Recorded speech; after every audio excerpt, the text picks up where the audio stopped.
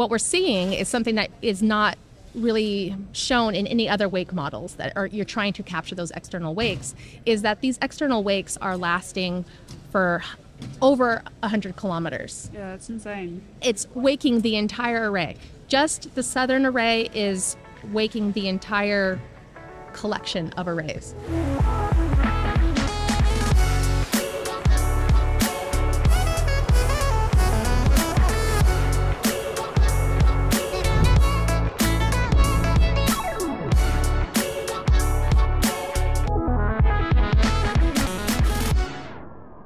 Welcome to the Uptime Wind Energy Podcast. Rosemary, what's first on our list this week? We're going to be talking about some wind turbines being designed in Colorado with the university in collaboration with NREL, and they have palm tree-inspired wind turbines to survive hurricane forces. And we've got a couple of fun interviews that I recorded while I was at the Texas Clean Power Conference a little while ago with Jessica O'Connor of ArcVera about a wake model that they've developed for offshore wind, and Brian Hill of Bachmann about some of their control system retrofits that they can do. And then we talk about GM. Yes, the GM in the United States makes all the automobiles, is investing in multi-turbine technology. Interesting development. We're also going to talk about a consortium of energy producers in the United States that are putting together $6 billion to invest into someone to make them solar panels here. All right, Rosemary, palm tree wind turbines. I know this is going to go right to your design engineering instincts. So the University of Colorado University, Boulder, which is a beautiful place. Got to get it right. It's a very beautiful place. It's a great campus, by the way. They're doing some research there with NREL in the United States where they're looking at basically backward wind turbines. What I mean backward wind turbines is the blades are in the back and the cells in the front. And instead of having 3 blades, they are using 2 blades. And the rationale behind this is it, in theory, makes them more hurricane resistant, tolerant to big wind gusts. Now, I don't understand that part of it, but and Rosemary, this is where you can help us a little bit. Mm-hmm. So the blades are supposedly lighter. They can be more flexible because there's less chance they're going to run into the tower. Yes. In the reverse situation. Okay. But that's the claim to fame is that with the 2-bladed system, with them pointing backwards, the wind turbine pointing backwards, that they could handle much higher wind speeds, and then it would make them possible for places like Louisiana, Alabama, and the Gulf of Mexico, and on the Atlantic, kind of North Carolina, South Carolina, Florida regions where there's some really strong winds during hurricane season. But they've been working on this for about 6 years. And they call it the segmented ultralight morphing rotor, a 2-bladed downwind rotor, that evidently has some really good performance. But Rosemary, is this something new? Is this something that we've already done in the past, or is this some new technology? What is happening here? There's probably some new structural design methods or an analysis. That part is probably new, but downwind rotors, definitely not new. 2-bladed wind turbines, definitely not new. This is usually my answer to everything, like nothing's new. So in the 90s, no one really knew what kind of wind turbine we would end up with, and people tried like everything. And plenty of people tried downwind rotors and 2-bladed wind turbines. And there's a few advantages and there's a few disadvantages. And back in the 90s, the disadvantages seemed to pretty much outweigh the advantages. So it's a question of whether now you get the opposite, where you find the advantages outweigh the disadvantages. So yeah, the main thing with the downwind rotor is when the wind blows, it bends the blades away from the tower. So you don't have to worry about, the deflection of the blade isn't really a constraint. But it's not, people think that, that's the only design constraint when you're designing a wind turbine blade, but it's just one of several. So it needs to not be so flexible that it can hit the tower. It also needs to be strong enough that it doesn't break under those loads. There's also buckling is a problem. When you crush an aluminium can, then once you get started, the thin walls very easily just crumple. And a wind turbine blade is also a thin-walled structure. So it can do the same thing. And then the final main design constraint is fatigue, because wind turbine blades see a lot of small but very frequent loads. Like, for example, gravity loading. Every time, the blade rotates to the 3 o'clock position, it bends one way. And then when it gets around to the 9 o'clock position, it's bending the other way. And, wind turbine blade rotates millions of times in its lifetime. And so those small loads can add up. Like when you bend a paperclip repeatedly back and forth, like one bend the force isn't enough to break it. But after 50 bends, it might be. So, a good wind turbine blade structural design balances all of those, and you end up with it's not true that for a normal wind turbine blade, if you took away the design constraint of deflection, not hitting the tower, that you would then be able to reduce the weight by like 20% because, they're optimizing everything together. Plus, a normal wind turbine blade has plenty of ways that they can, get around the tower striking problem. One of the most striking ones is if you ever see a wind turbine blade on a still day, you'll notice that the blades curve away from the tower. So they make them pre-bent. So they've got extra distance to go before they hit the tower. They also, make the blade stiffer by using carbon fiber. Those are some of the things that they can do. So under normal circumstances, I would say like a wind turbine has been pretty well optimized not optimized maybe, but, they're doing a pretty good job of making a good design for the upwind design. But maybe under this hurricane condition where there is such a big difference between the extreme loads and the regular loads, maybe then it makes sense. But there are disadvantages as well from the downwind design. And the main one is that every time it passes the tower, so in the 6 o'clock position of the blade, it's suddenly in a shadow. It doesn't see any wind, so it can snap back. And so I mentioned that fatigue loading is a problem for wind turbine blades. So, you're adding in this huge extra fatigue load where the blade violently often bends every time it passes the tower. So that's the main downside. Also, I'll just add one more thing. A flexible blade has to be stiff enough to actually do what it needs to aerodynamically do. If it bends so much out of the wind that it's, can't act like a wing and it's not going to make any power. Yeah, you're defeating the purpose. So it'll be interesting to see if it makes sense for this hurricane condition. But Joel, having lived down in Houston, we're going to need some type of high wind resistant wind turbines in the Gulf of Mexico, right? Yeah, absolutely. I mean, you looked at last year, over the last few years, you can see the presence of hurricanes getting greater and greater and greater in the Gulf. This year, the NOAA has a forecast of 65% more activity possible in the Gulf and hurricane activity in general in the United States. So you're talking 3 to 6 possible major hurricanes, right? And that's going to be a non-starter in the Gulf unless we can figure something else out to combat the weather that's happening. As we talk about on the podcast here, extreme weather and climate change is going to continue to increase these events as it goes forward. So, I mean, I know I saw, I think it was Mingyang out of China just released a typhoon class wind turbine to kind of combat the same thing. So it's good that, that NREL's working on this and some of the universities are working on it, and hopefully we see something into production that we can trust in a hurricane here. Interesting that you mentioned Mingyang because they're one of the companies who have actually manufactured downwind rotors with 2 blades on them in the past, and I'm not sure why they moved away from it, but there are quite a few manufacturers who have made megawatt scale wind turbines in either or both of the 2 blade or downwind. So it'll be interesting to see if Mingyang are reviving their downwind 2-blade concept. I couldn't find a lot of information on it last time I was researching it. But yeah, I think it's definitely a matter of just, finding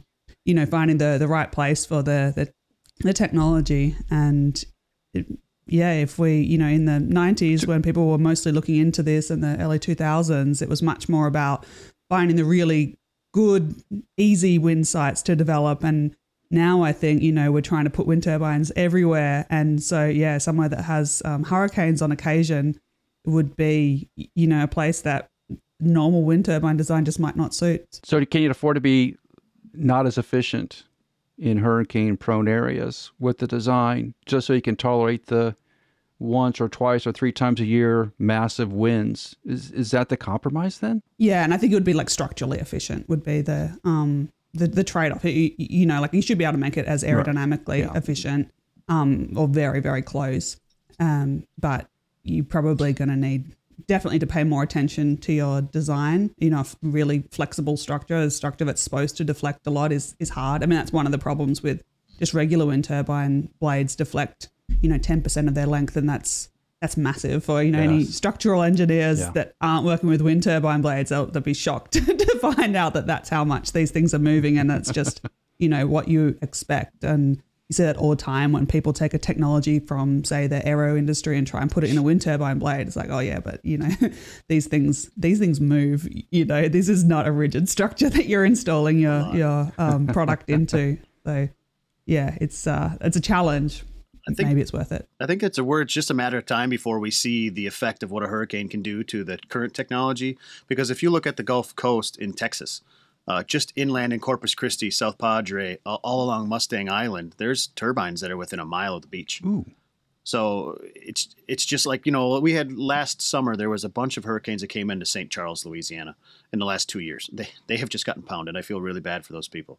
But if some of those hurricanes turn west down the coast, there's a whole bunch of wind farms right in line with what could be catastrophic damage from a hurricane, just waiting till one hits there. Wow. Well, we've seen the effect of tornadoes on wind turbines where the blades just look like they have wilted. And you see those pictures pop up on Facebook and all the social media sites pretty frequently. But I haven't seen anything related to a hurricane damage yet. But we're going to. We obviously need to get out to the Gulf of Mexico, so it's just a matter of time. Okay, we're going to do a quick commercial break, and when we come back, there's a couple of interviews that I recorded recently in Texas at the Clean Power Conference. We've got Jessica O'Connor of ArcVera, and she tells us about a wake model that they have applied to some of the new offshore wind sites in New York. Very interesting results that they have there. And also Brian Hill of Bachmann, who do control systems for wind turbines, and they have some interesting technologies that are available, especially for retrofitting old wind turbines. Get the latest on wind industry news, business, and technology sent straight to you every week. Sign up for the UPTIME Tech newsletter at weatherguardwind.com/news. We are recording live from the exhibition floor at Clean Power 22 in San Antonio, Texas. So anyway, I have here Jessica O'Connor from ArcVera Renewables. Can you tell me a bit about what you guys are doing? Sure. So ArcVera really is on two sides of the analysis where the resource meets the machine. And this is in wind, solar, and in battery storage. So on one side, we have atmospheric scientists, and they're doing the wind resource assessment from prospecting all the way through financeable energy yields, uncertainty analyses. This includes a lot of different kinds of wake modeling. We do our own kind of mesoscale modeling in various kinds of resolutions. And we do operational analyses and repower analyses. And then we also have an engineering team. So the engineering team, which I'm primarily on, does a lot of the technical due diligence and then technology diagnostics. So this would be RCAs, root cause analyses, end of warranty inspections, loads analyses. Putting those strain gauges on and everything. And but we also do power performance testing. So that is actually a really neat part of our business because it connects our WERA analyses to our engineering capabilities. So really it is where the resource meets the machine, or the wind meets the wind turbine. Yeah, okay. So the reason why your booth caught my eye, I walked past and you have this really cool wake simulation. Yeah. I think it's of some of those recently auctioned offshore wind sites, right? Is in New York, right. Is that right? Yeah, the New York Bight. Yeah, and so they had like 3 or 4 different parcels of ocean surface, I guess you'd call it. You can't call it a land. Yeah. Near each other, and that have, they've just been, people have purchased the right through auction to develop a project there. $4.37 billion. Yeah, so that's something we've talked a fair bit about on the podcast because that's great. It was crazy, the amount of money that's going to change hands there. And so you've done this cool wake simulation where you have one, I think there's a really prevailing wind direction. There is. in the, what is it, kind of like from the southwest? Southwest, from the Yeah. southwest, yeah. And so there's one wind farm going to be there, and then there's 2, 3 in the wake of that. And you've done some modelling that shows there's like going to be a significant effect on the downwind wind farms. So Yeah, that's right. Can you tell me about that model? And Sure. So for background, we first used this model to test operational wind farms onshore to see this wind farm has just been built. This wind farm has been built for a long time, but they are waking each other, and there is a significant amount of energy loss because of it. And the model that we're using, which is WRF WFP, so weather research forecasting with wind turbine parameterization. Okay, you Americans really love acronyms. I know. When I lived here, I had to really learn to speak like the language of acronyms. And in offshore wind, there's even more acronyms, so it's like speaking an alien language. Yeah. So with WRF, it's a mesoscale model, and it is all of the physics within the atmosphere, or most of the physics within the atmosphere, in a kind of CFD, computational fluid dynamics domain. And this is all of the atmospheric boundary layer. And what we're doing is using reanalysis data to represent the spatial wind resource. For the WFP, wind farm parameterization, we're putting in momentum sinks. So these are actuator disks within the model. Now I'm just an engineer, so I'm speaking to that as well as I can. I don't speak atmospheric scientist, but as far as I understand, they're putting actuator disks within the model to represent the wind turbines. So this is a momentum sink. Mm-hmm. So as the wind is hitting the momentum sink, energy is taken out of the wind. So we run the model twice, one for ambient conditions and one with the momentum sinks in the turbine positions. And what you saw, which is a very beautiful, colorful array of colors, is the delta between those two models.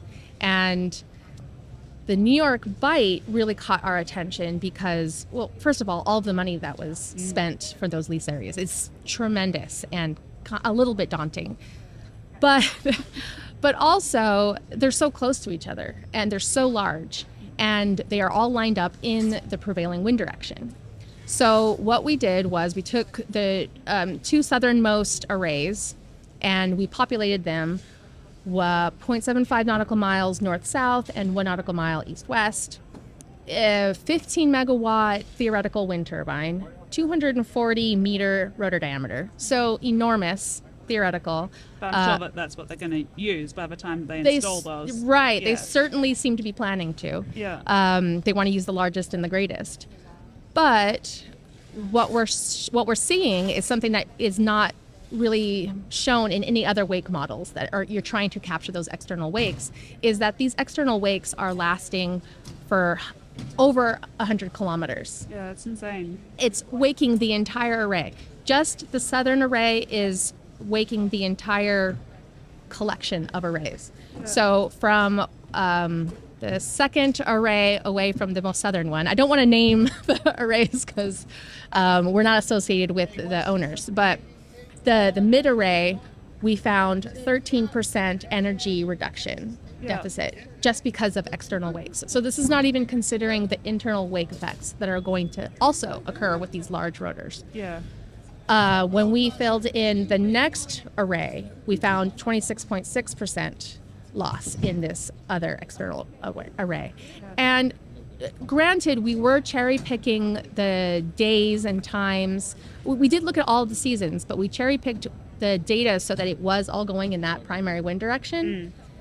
But it is the primary wind direction. So we expect to see something similar to that in the losses for external wakes. Yeah, and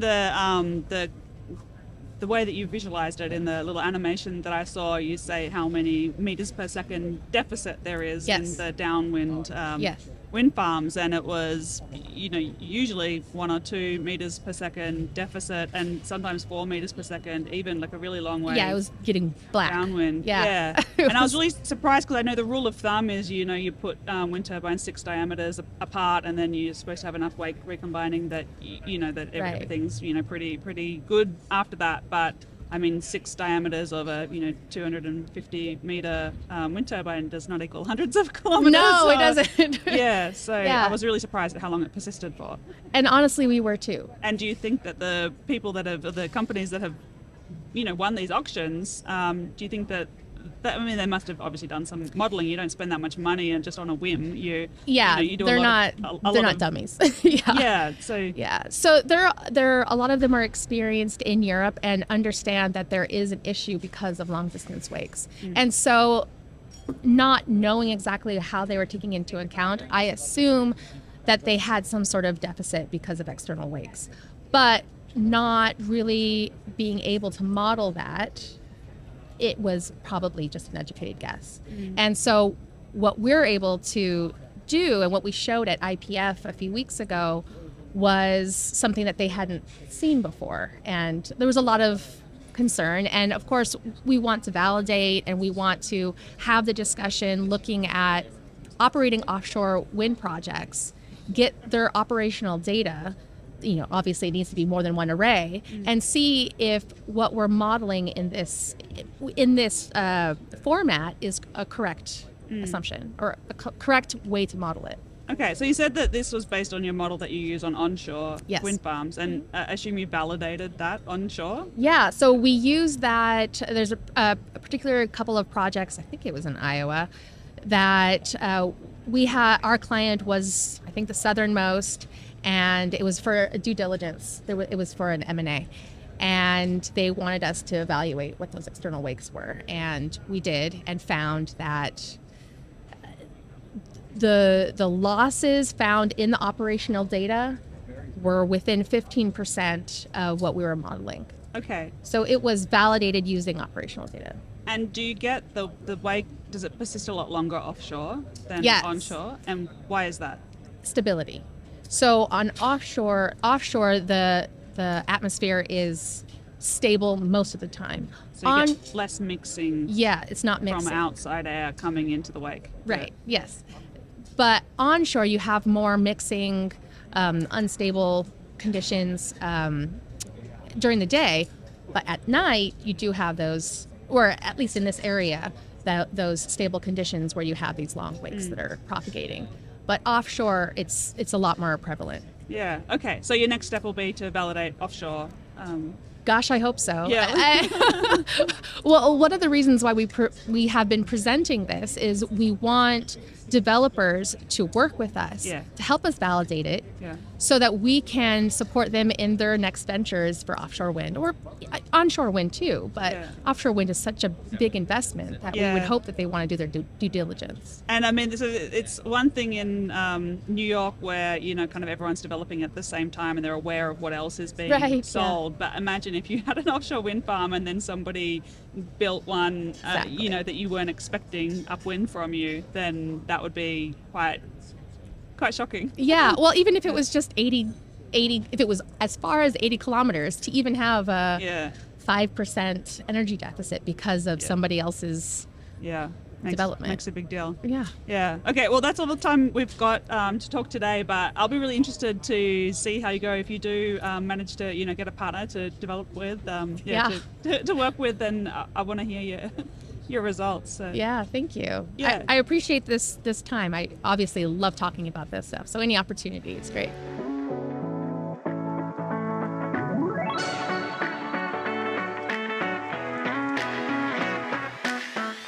Have with me here today Brian Hill. He's from Bachmann, and Brian, can you tell us what is Bachmann doing? What's your history? Bachmann is a 53-year-old privately held company that's is a key automation provider for the wind industry. The company started in automation for industrial plastic manufacturing, and was an early player in the wind business.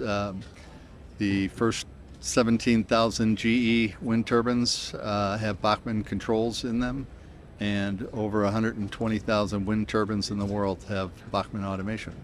Yeah, right.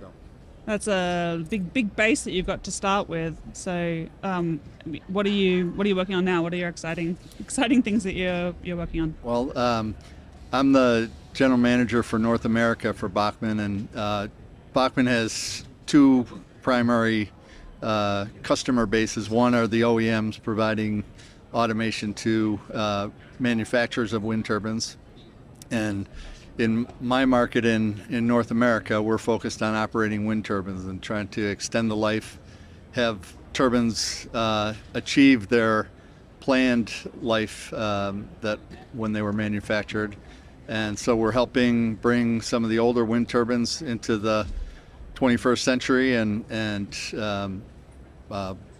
power quality and cybersecurity are all important facets of what we're helping bring these older turbines, when that was not a focus when some of these were manufactured 10, 15 years ago. And so originally turbines were, when I first got involved in wind, they said it would be a 25 to 30 year turbine life, and people were hoping if they took good care of them, they'd live to be 40 years. And what we're seeing is these turbines that were from that vintage need some extra help in order to keep spinning.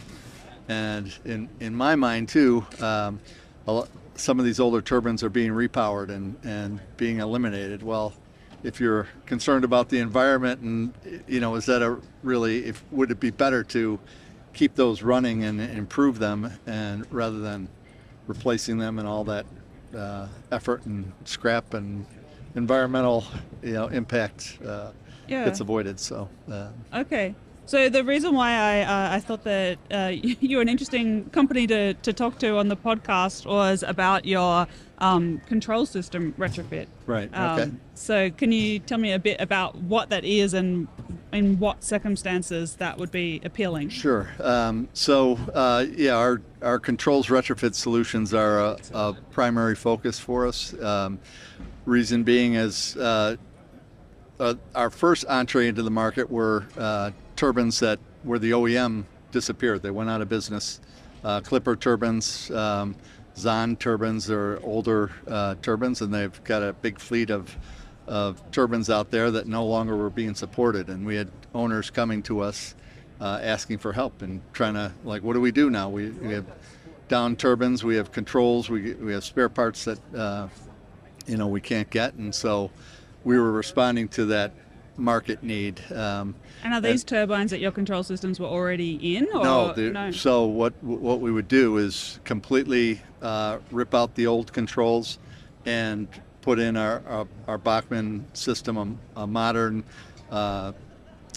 compartmental type control system, and so that now, and we would also replace the operating software on the turbine too. So the original OEM software was no longer in there, and we created a template based on IEC standards for operating a wind turbine, so we can pretty much do a retrofit for any wind turbine.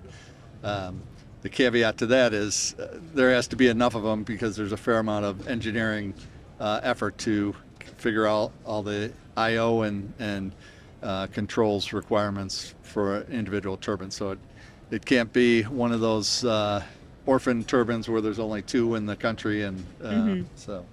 Yeah. Okay. And one of the reasons why this caught my attention was because in Australia, I know I just moved back there recently, and I had only been working in Europe and North America before, and they're doing things a bit differently in the wind industry in Australia. Most of the developers, it's like a financial company, a bank or something, and they're not operating the wind farm themselves. They own it, and they've got a service agreement, the OEM typically. And through my consulting company, Padlock Consulting, I'm often in there trying to, resolve issues that they might have, usually with, the blade quality.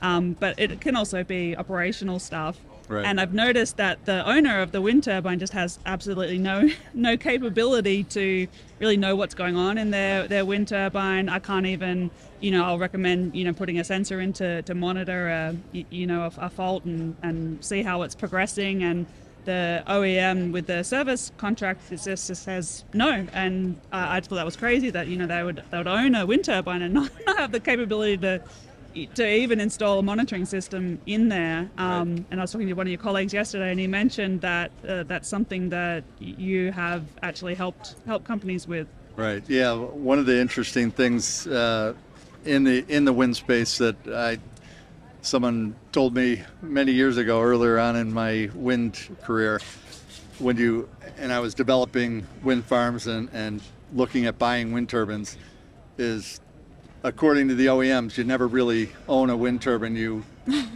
We let you use our wind turbine, and it's a weird, dichotomy or whatever the correct way to describe it. But we have a lot of customers that are frustrated with that scenario, and they want the control back in their hands. They paid, huge money for these huge assets and want to be able to control them and be able to make those changes you're talking about. So what our solution does, it's more of an open system, and we allow those types of things, extra sensors to be added, extra solutions to be added on the back end of the control scheme. So yeah. And does it always involve ripping out the whole, all of the control hardware, or can you? Yeah, there's variations of that, so it kind of depends. We have SCADA solutions that can replace the OEM SCADA system that will allow, similar thing, and it allows that I/O and the different extra components to be added on. So. Again, it kind of puts the control back in the hands of the owners. Again, a lot of these, what we hear from a lot of owner operators, they're very frustrated with that, lack of control and because there's a lot of interesting things, developments happening in the operation of wind farms as a whole now. Part of my background's in aerodynamics, so I'm really interested in wake steering and that sort of thing.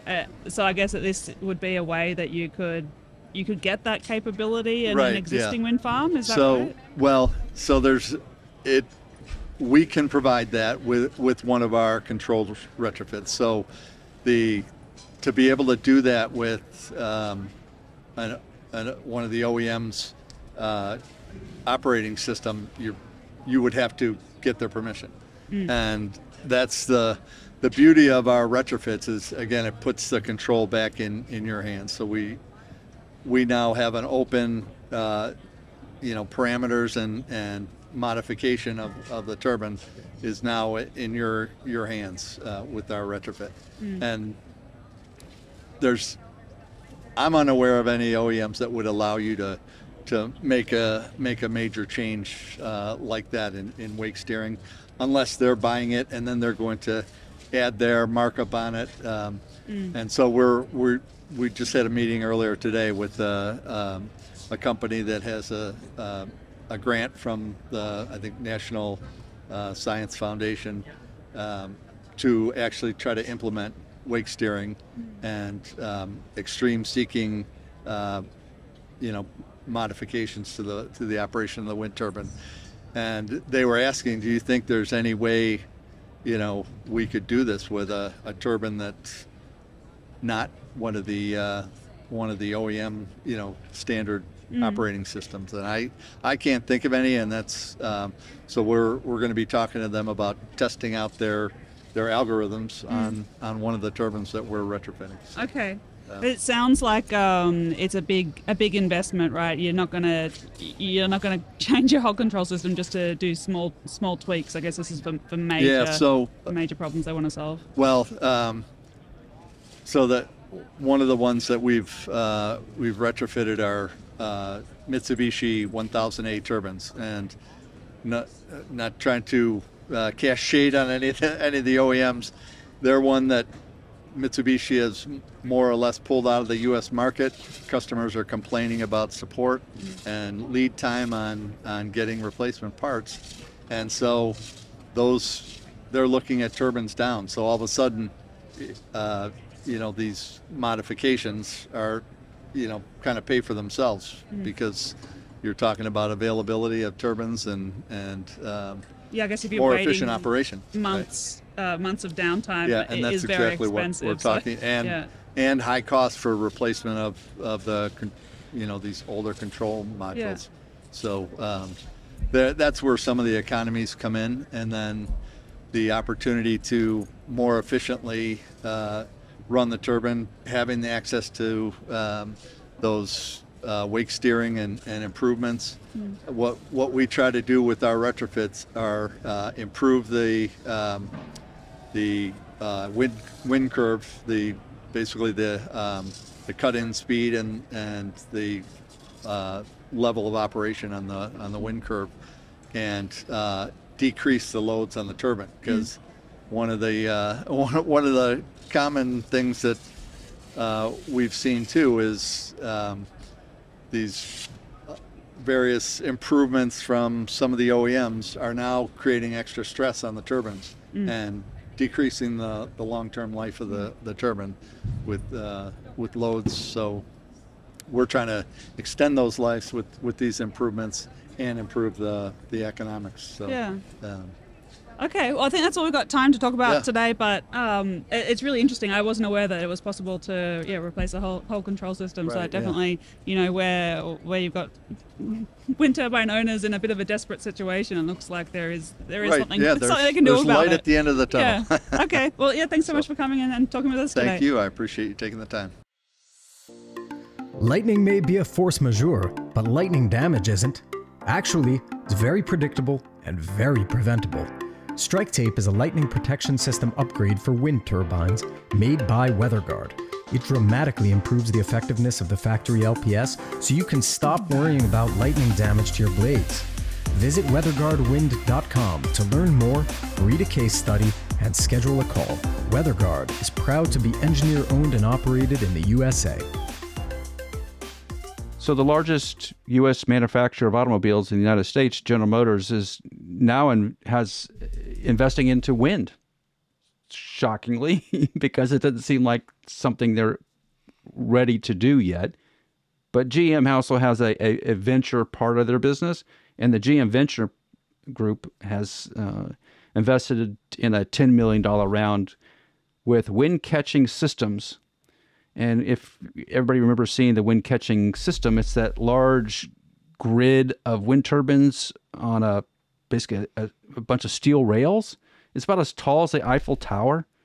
And there's multiple wind turbines installed on this sort of vertical grid. And they got other investors in it too. They have Ferd, North Energy, and Hafun.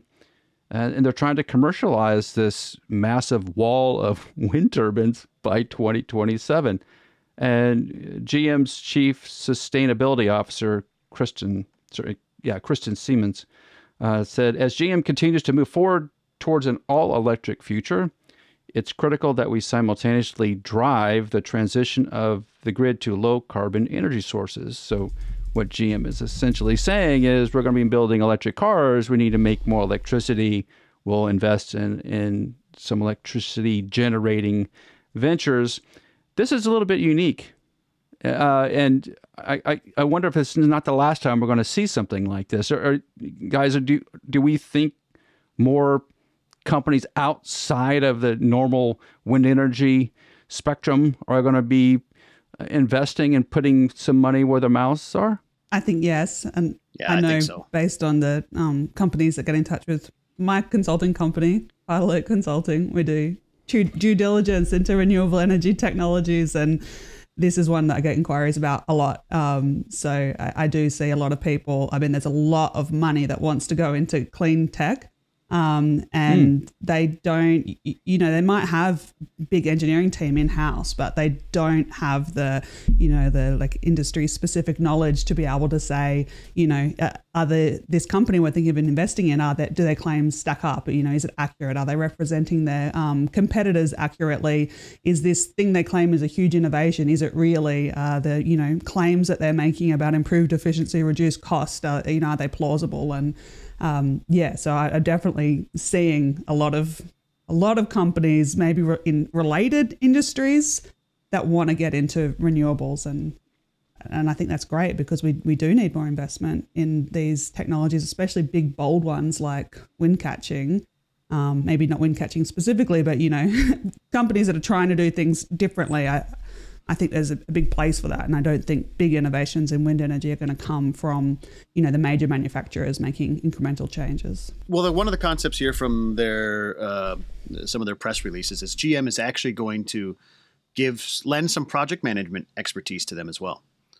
So they're actually getting into the development process with them, whereas some of the other larger monies coming into renewable energies are in the form of PPAs and some other things that will, of course, spur the industry along. But GM is actually saying, we want to go and be partners with these guys. We want to help them out. We want to lend some of our project management expertise to further this technology. And I think that's fantastic. Yeah, is it really helpful, though? I mean, my first instinct is, I'm not sure I want that. Just because it's so difficult to jump industries. It's nearly impossible for someone who's been working in automotive to then move into wind, because they just think differently. They're not the same industry. They work totally differently, have different regulatory requirements, have different engineering requirements. It just seems so difficult to do. I mean, the thought is great, obviously, and providing some, maybe in procurement, I think that could really help. Buyers, I think pretty much the same no matter where you go. I think if you have someone that's, say someone is a Six Sigma black belt, there you go, or has a project management specialty or something, that can transfer from in technology. If you do technology development at GM, you can probably manage technology development for something else. Totally agree. I just like the idea that they're not just saying, here's some money, see what you can come up with. They're saying, here's some money, let's stand next to you on the podium here and try to drive this thing to the finish line. Yeah, it does them a lot of good to have someone as large as GM standing next to them. It should bring in more revenue, or not revenue, but more venture capital. It'll drive venture capital for sure. Yeah. Well, I think that some of the most successful VC money injection into companies is when they have people also holding their hand, instead of just angel investors that give a bunch of people money and say, see what you can come up with in 5 years. When you look at these different groups, like Chevron Technology Ventures and stuff, a lot of times they'll help them along and lend some expertise and whatever through the process. And those are the ones that you see to be a little bit more successful, I guess, in my mind. So an interesting development on the solar front. And I know we don't talk about solar all the time, but I thought this was a new novel piece in the solar industry where a number of companies are creating a consortium to support a domestic solar manufacturing effort. So there's several companies, AES, Clearway Energy Group, Cypress Creek Renewables, and D.E. Shaw Renewable Investments are creating a consortium to purchase somewhere between 6 and 7 gigawatts of crystalline silicon solar modules annually. So that's a decent number of solar panels. And it's called the U.S. Solar Buyer Consortium. And the whole intent is to support domestic solar chain expansion and to drive the American solar industry. And they've, as part of this start of this process, so they've launched an RFP, a request for proposal, to find qualified manufacturers in the states who can form a longer-term partnership. So they want to take some of the smaller solar manufacturers, because there are no real large solar manufacturers in the U.S., and they want to see if they can expand capacity and create a local American solar manufacturing base. That is really unique, and because we don't have a lot of solar manufacturing in the United States. Recent numbers from 2020 said there's about 230,000 people involved in the solar industry from start to finish, from making solar panels to installing them on homes and buildings. but roughly 13% of those were actually in the manufacturing sector. So about 30,000 jobs were in actual solar panel manufacturing at some stage, which is relatively small, right? Tesla has, what, 3 times that number of employees easily making cars? So this is a different way of thinking about the problem. And it's basically taking it out of the federal government and state government's hands and putting it into private industry. Now, my question is to both of you is, does this same sort of event or consortium form in the wind industry? Because there really are not big long-term players in the U.S. in terms of wind OEMs. GE, which was based in the United States, they moved their headquarters to Paris, France. So Vestas, Nordex, GE, Suzlon, what are the other ones? All the Chinese manufacturers, they're not in the States. They're not based in the States. We really don't have a long-term U.S. wind manufacturer. Does this happen on the wind front? I mean, I think the offshore push could drive some of that. And some of the reason being is a lot of those components are so large that they need to be built quayside. So it kind of kickstarts the idea of a little bit more local manufacturing or U.S.-based manufacturing. The idea to me, though, is, oh, man, I hope. I really do hope, because to me this is like last week we talked about the DPA Act, the Defense Production Act from Biden, putting $545 million into renewable energy and whatnot. The solar group putting together it's a private industry equivalent, basically, but 10 times the investment. Yes. Right. So if the private industry can come up with 10 times the investment for solar, man, what a great thing for wind. We do have some here. We do build some blades in the United States, but quite a bit of that is right across the border in Mexico, and I know there is some blade manufacturing for some of the East Coast wind going on up in Canada. Right. But I do know there's a couple little things kicking off on the East Coast to jumpstart it. But I'd have to push it over to Rosemary. What do you think about the United States coming up with $6 billion to inject into the wind manufacturing? It's interesting, because we don't have manufacturing of a lot of stuff in Australia, and we used to have, there was a Vestas factory here, and it closed because the investment environment was so dire. That was in early 2000s, I think, that happened. So I have been interested the whole time that I was working at LM Wind Power. I was, every time I would go around to the different factories, I'd be like, so why is there a factory here? And what is it what conditions do you need to get a factory? And so one of the ones I spent a lot of time at was Gas Bay in Canada. Actually, I think that's probably my favorite factory I went to. It's so beautiful there and really, really nice. People. And that was a local guy who had, left the area to go to university and, just really wanted to get some manufacturing in his area. It's an area that is, mostly defined by seasonal work otherwise. And so, they really wanted the jobs. And so he pushed and lobbied government and that sort of thing. And generally the conditions that you need is one, like some sort of like big nearby demand to service. And two, the government does, often the local government does sweeten the deal. They'll give the land, make the land available for the factory for free, or, something else along those lines. And I think, something that's in the favor of local manufacturing everywhere is that wind turbines are getting huge, like really, really huge.